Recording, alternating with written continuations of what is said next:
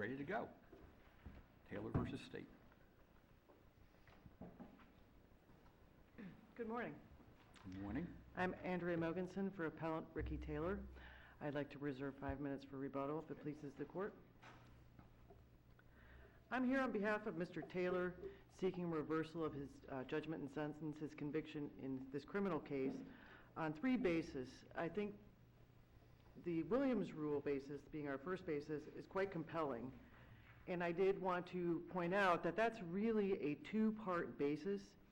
While there were the text messages that were read into the record of a conversation, there is a whole second Williams rule problem that was handled simultaneously in the briefing.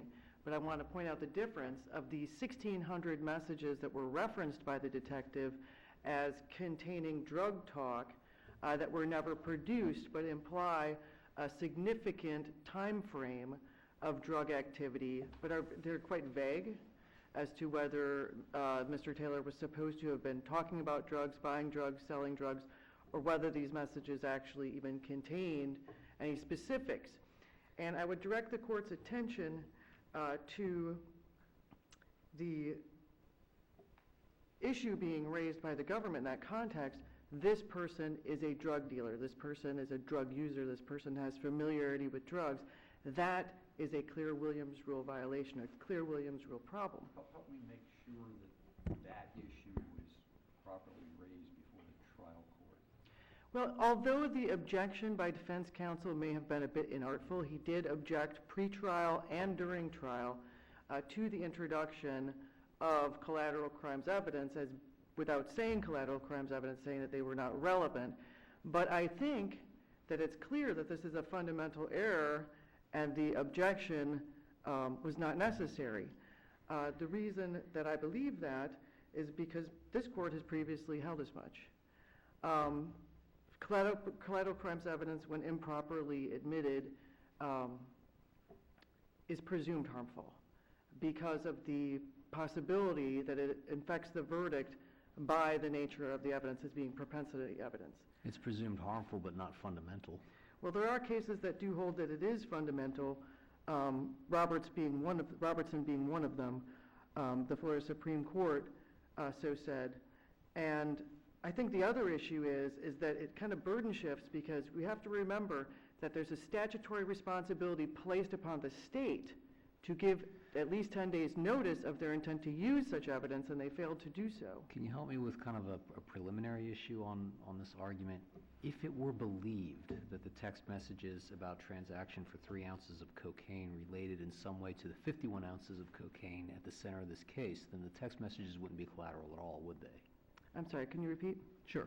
If a fact finder were to believe that these text messages in fact did relate to a portion of the cocaine that was found, then it's not collateral at all, correct? Well, in order for a fact finder to believe that, the state would have had to produce some evidence that that's the case. And that's kind of where I wanted to lead this to, because I've seen this argument raised before, and it almost becomes, the defense position is almost that you have to trace the particular DNA markers of this particular bag of drug at issue before you can relate any extraneous communications relating to that. And I'm just not aware of any requirement that the state has to prove that kind of element. It's left up to the finder of fact, correct? Well, with regard to admission of Williams rule evidence, because... Well, but you don't even get to that issue if it's not collateral.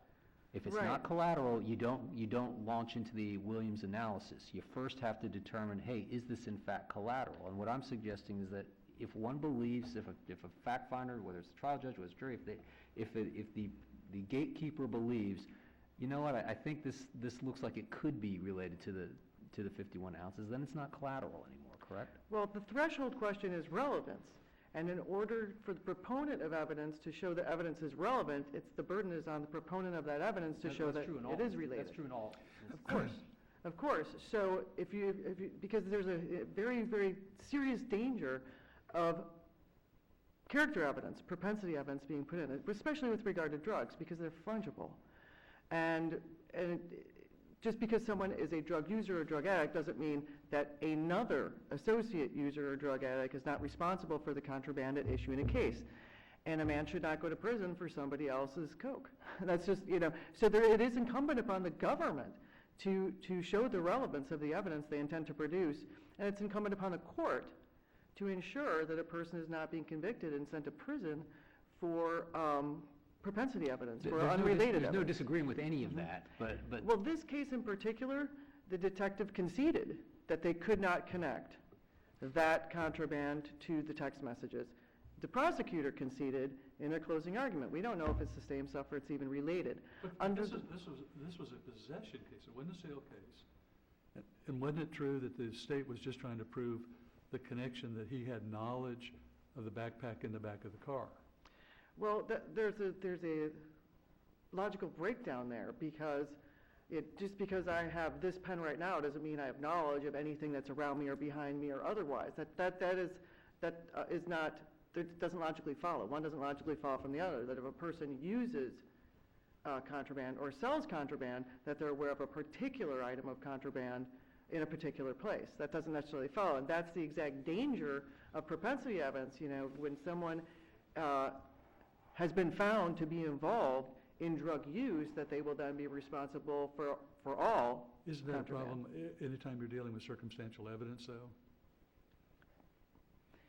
Yes, but circumstantial evidence, while permitted, requires more scrutiny on review. There's a circumstantial evidence rule to ensure that the circumstantial evidence is the nature and character and quality necessary to sustain a conviction. Circumstantial evidence does create a danger, and in this context, there are no facts we can point to, and this was 2 days prior. And that's why I think the 1,600 messages are critical, because the conversation that was admitted was 2 days prior and conceded not to be connected. But 1,600 text messages, I mean, even if you presume a person texts 100 text messages a day, that's over 2 weeks of conversation. There's no reason to expect that all of that conversation would be related to the contraband that's at issue. And then the government failed to make that connection. How many were presented to the jury of that 1,600? None. Well, 20. 20. They said they went over 20 lines of text, but the detective kept volunteering 3 times. But there were 1,600 others, and there was drug talk in there, because when the defense attorney cross-examined him, he initially gave expert testimony that in his training experience, words like boy and white and these types of things are drug talk, and that it changes daily. In fact, that's what he said, that it is constantly changing. So almost anything could be considered to be drug talk. And then when the text messages were presented to the jury, the defense counsel said, but none of those words are in there. And that's when the detective blurted out, well, there's 1,600 other messages, and we don't know if those were from a year ago, a day ago, a month ago, but there was no reason to suspect that propensity evidence was related to this contraband, and that is harmful error, and that is actually fundamental error, because it creates such a threat to the integrity of the verdict, especially in a case where there was the repudiating juror who, in spite of the fact that harmful evidence was presented to her, was still not persuaded beyond a reasonable doubt. This was not a clear case. There was no physical evidence. There wasn't direct evidence. They failed to fingerprint the contraband, the packages around the contraband. There's no scientific evidence. The entire conviction rests upon inference. And that's why this error is so lethal and harmful and should cast doubt on the verdict. I think our next strongest issue is the issue regarding the instructions to the jury. When the juror repudiated her verdict upon polling, the court anxiously tried to do the correct thing, but if you read the conversation between counsel and the court was most anxious to let the jury know that the verdict needed to be unanimous, and considered whether or not to add the Allen charge to that, but was determined to read the 6th phrase in the rules of deliberation. I'm not sure. We weren't there, so I'm not sure how you're drawing anxiously and determined to do something on the part of the presiding judge. What I read from the transcript looked like to me that the state suggested, hey, we're going to need to have an Allen charge here if they're still deadlocked after we send them back. And the suggestion was raised by defense counsel, why don't we just do it now? That is true. When I first... There's determination there. I read it on part of defense counsel to get this Allen charge in front of them. That's what I thought when I read it also, but when I reread it, I noticed that the trial court each time that the court speaks, he says, I'm going to do number 6. Should I do the Allen charge too? And in the thought process that's reflected in the record is that the first phrase is towards the unanimous verdict, that was a given, and the court was considering whether they should be an Allen charge, irrespective of that kind of sidelight. He did read only one part of the rules of deliberating requiring a unanimous verdict, and that was error, and that was fundamental error because in combination with the Allen charge first, the jury should not have been read the Allen charge because it hadn't been shown that they were deadlocked. It had been shown that a juror repudiated her verdict. Indeed, a few minutes previous, they thought they had a verdict. So they did not communicate to the court, we are at an impasse and cannot reach a verdict. They should have just been sent back to deliberate further. However, in reading the Allen charge, adding the phrase that any verdict reached must be unanimous misled the jury, it had the potential for causing that juror and perhaps any other who may have repudiated or may be holding out, but we only have reason to believe there was one, to abandon her conviction. I mean, she says in the transcript, oh God, that's not my verdict. And it appears from that the person has a conviction that there is insufficient evidence to support a verdict. And in telling the jury that there is, that any verdict that they reach must be unanimous, by repeating that at that moment in conjunction with the Allen charge, could have misled a substantial risk of misleading that juror into thinking that she must abandon her belief that there was insufficient evidence. Worst yet, it altered the Allen charge in the way that's of most concern in the authority regarding Allen charge, that it weighted the jury towards believing that they had to reach a verdict as compared to being a hung jury. And the majority of authority regarding Allen charging, interestingly, seems to be overwhelmingly out of the 4th district, but also overwhelmingly repeats that whatever the court's comments are, they must include no additions that in any way mislead the jury into belief that there must be a verdict. And that's repeated in Jones from the Florida Supreme Court, in Thomas from the Florida Supreme Court, in Cogman from the 1st DCA, in Webb from the 4th DCA, and Webb from the 4th DCA says that this is fundamental error. And specifically in Webb, all that was stated, there must be 6 votes and it must be today. In Young, the court just omitted the last phrase that points out that a mistrial can be declared, and that was considered to be reversible error also. I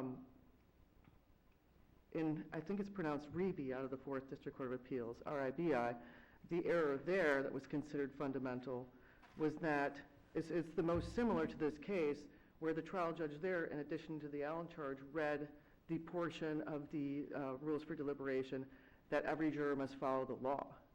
And that was perceived by the appeals court to be fundamental error because it would put pressure on the lone holdout to follow the law as if they were not doing so. In this case, it's even more direct, it's even worse, insofar as the added instruction was not simply to follow the law, the added instruction was to bring a unanimous verdict.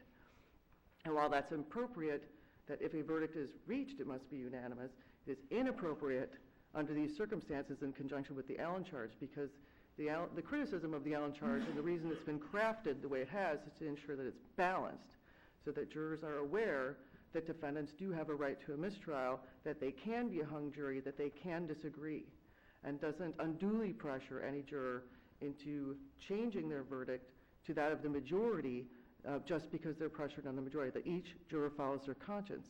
And that is a very important principle. That is probably the most fundamental principle in criminal justice, and that's why it's been held to be fundamental error for a judge, perhaps unintentionally, perhaps with the best of intentions, but to mislead a jury into thinking that they have to bring a unanimous verdict. The defense did not ask for a mistrial. No, sir. They did do a motion for new trial, and that was the sole error raised. So I believe that they preserved it in that manner. However, it's been held to be fundamental both in Reby and in Webb, and I believe in Thomas, but to alter the Allen charge in a way to mislead the jurors into believing it needs to be unanimous is fundamental error. The other issue that we raised was with regards to the judgment of acquittal. I do recognize, and I did recognize in my briefing, that the state is entitled to an inference when someone is a sole occupant of a vehicle. However, in reading the jurisprudence regarding stacking of inferences, in this case it appears that the inference, although that is one inference the state was entitled to, the state put in additional evidence on its own, as compared to the defense putting it in, of other ownership and occupants of the vehicle, that it was not an area that was under the exclusive control of Mr. Taylor, was not his vehicle, that other people were permitted to drive and use it. And the state put that in. And in order to sustain a conviction under these circumstances where there is an item of contraband inside a package, inside a box, inside a backpack, behind the driver's seat where it could not be viewed by someone driving, there is a pyramiding of inferences that's necessary to sustain this conviction. And under the circumstantial evidence standard of review, the question becomes, is the evidence that the defendant is the perpetrator is entirely circumstantial? And in this circumstance, the answer is yes. Ms. Morganson, excuse me for interrupting you, but you're into your rebuttal time, but All use right. your time as you wish. I will reserve the rest of my time such that I have for rebuttal. Great. Thank you very much. Thank you.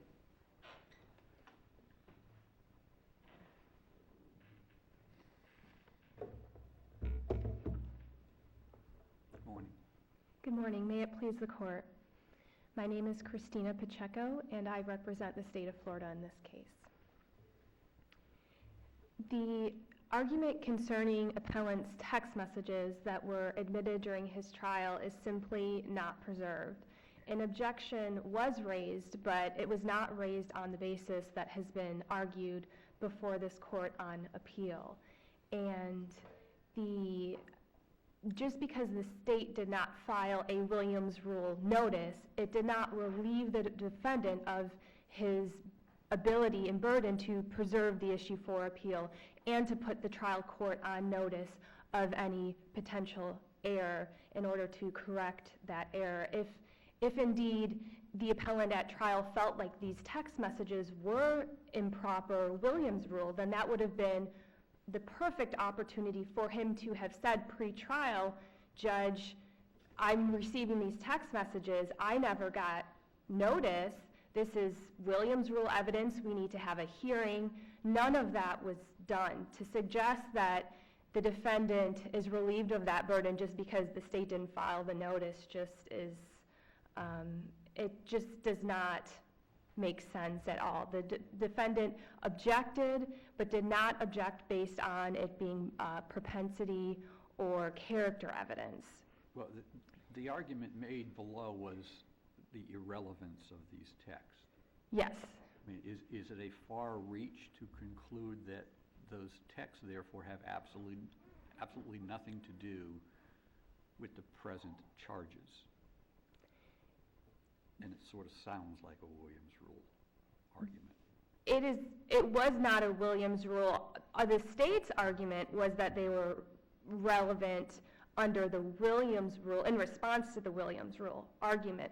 But the objection was that these text messages just are not relevant to the case. It's very different to say these text messages are not relevant versus these text messages show my propensity to commit a crime.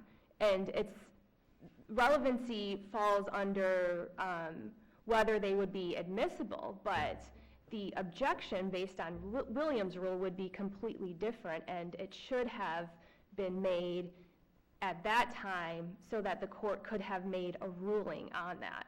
To just say that it's relevant is not the same as the court saying this is admissible evidence under Williams Rule. It's completely different. The court has to make many more findings under Williams Rule than it would just to find it relevant. And that was not done here. So the fundamental error standard applies, which, as your honors know, is a very heavy burden that the appellant simply has not met here. Could you not argue that the text messages are intertwined with the charged offense? Most certainly, Your Honor. The state argued under both theories that they're just relevant evidence, and also alternatively that they are inextricably intertwined evidence. and that neither one would fall under Williams rule evidence. And they're certainly relevant because just a day and a half before appellant was pulled over with a trafficking amount of cocaine in his vehicle that he had exclusive possession of, he was texting about cocaine and having about 3 ounces of cocaine available for sale. So those text messages went to the material issue of his knowledge with the trafficking charge, because he did not admit ownership to the backpack and to the cocaine. So the state was required to prove knowledge, and the text messages showed that and went to a material fact that was at issue in this case, and that's why they were admissible here. I'd also like to point out that Ms. Morganson broke up this argument into 2 kind of sub-arguments, one being just the text messages and the objection to it in general, the other being the fact that there were 1,600 text messages that were referenced, and kind of a separate argument based on that. And I would like this court to know that it sounds like the argument is that there were 1,600 text messages referenced during trial that were drug-related text messages, and that just wasn't the case. The testimony was that 1,600 text messages were taken from the appellant's phone. And of those text messages, a single thread was admitted. And there was reference made to text messages relating to drug slang terms for cocaine, but there was no claim that all 1,600 text messages referenced drug talk. And there was also no objection to that specific testimony referencing the text messages.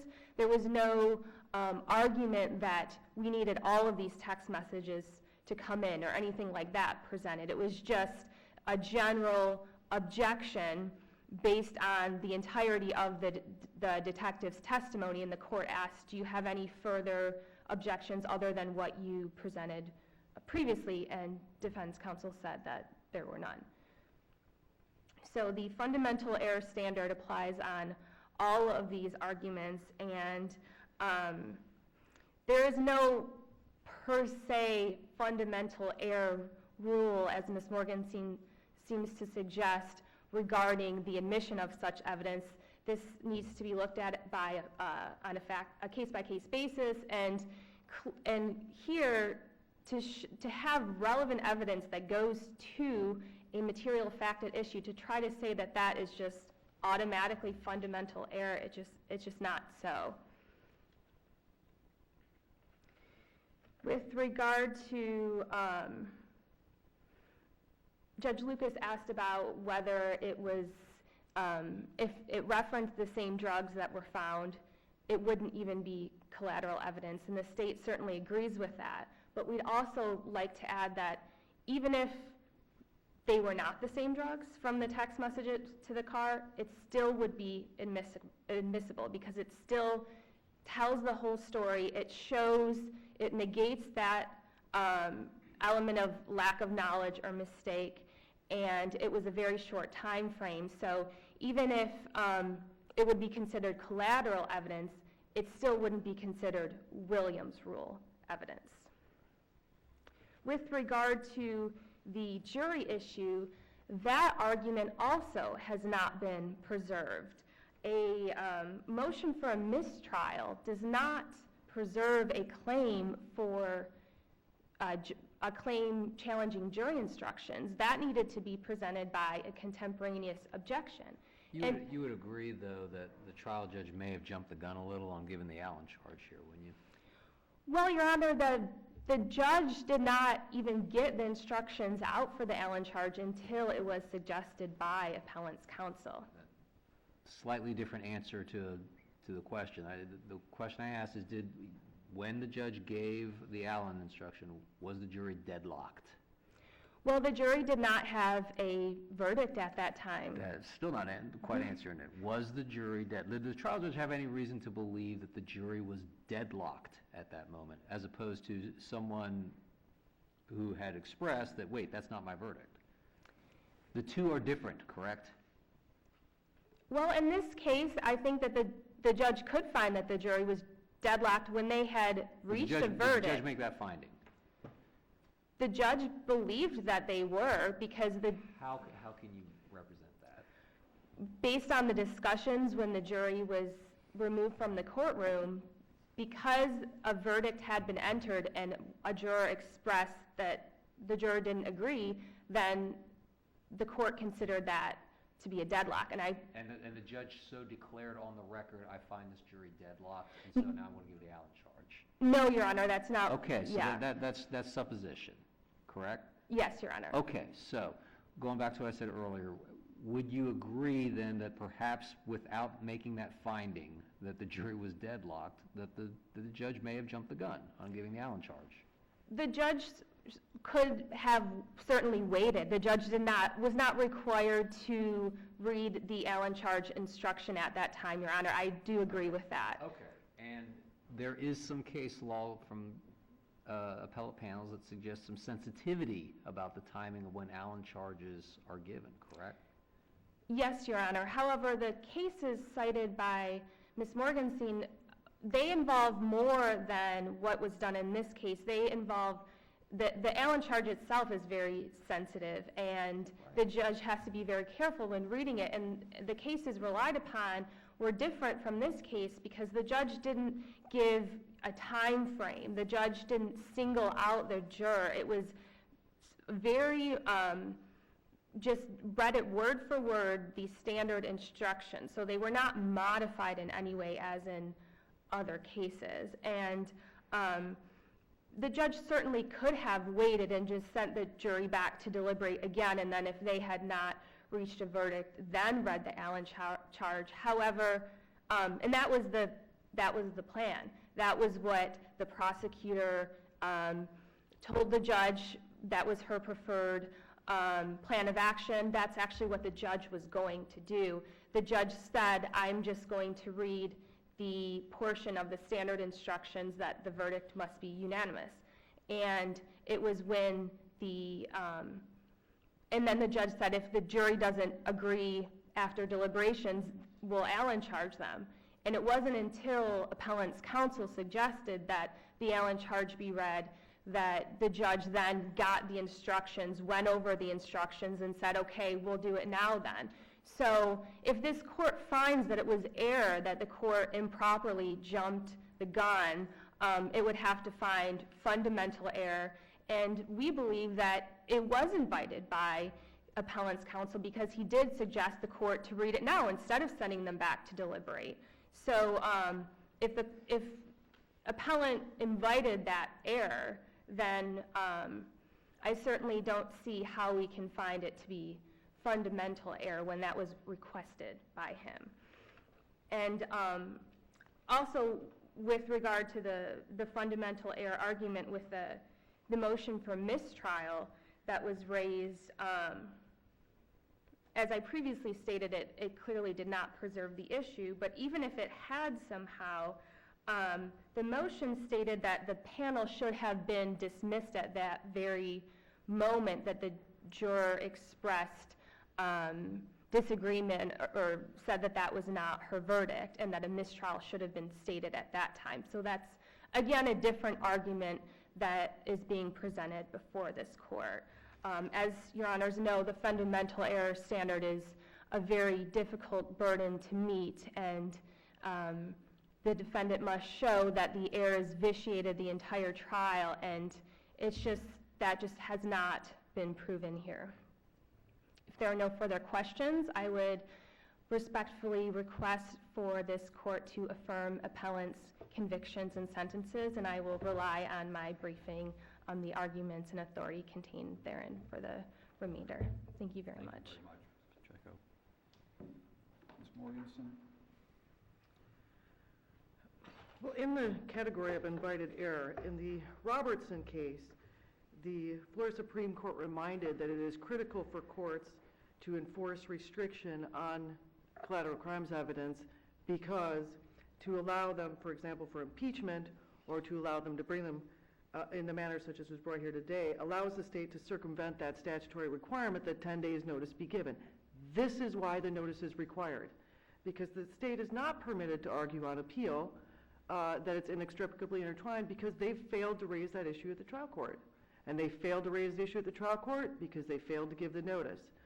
And the Robertson case, the Florida Supreme Court puts the burden on the state to bring the notice and on the court to do the findings. Those are statutory responsibilities, and their failure to do so must not result in them putting collateral crimes evidence in that's presumptively harmful. I would ask this court to keep the state accountable to their statutory responsibilities, not allow them to make after-the-fact arguments under Williams' rule when they didn't raise this evidence as Williams' rule or make those arguments at the trial court. The texting was not shown to be about cocaine. The texting doesn't say anything about cocaine. The texting talks about 11 and numbers and things that are much more vague than that. That also is an inference that the state was relying on in this conviction. It's Canyon versus State that held that the state not advancing Williams' rule at trial cannot then present those arguments on appeal. The Williams' rule cases that indicate that Williams' rule, improper admission of Williams' rule evidence is fundamental are Everett from the first DCA and Fike from the fifth DCA. But I would point out that this court held in the Abbott case that a law enforcement officer blurting out that a criminal defendant was known to be a large-scale drug dealer was called by this court a clear violation of the Williams' rule. And the vague reference to 1,600, why in the world would a detective reference 1,600 text messages if not to leave the impression that there was a significant amount of drug talk?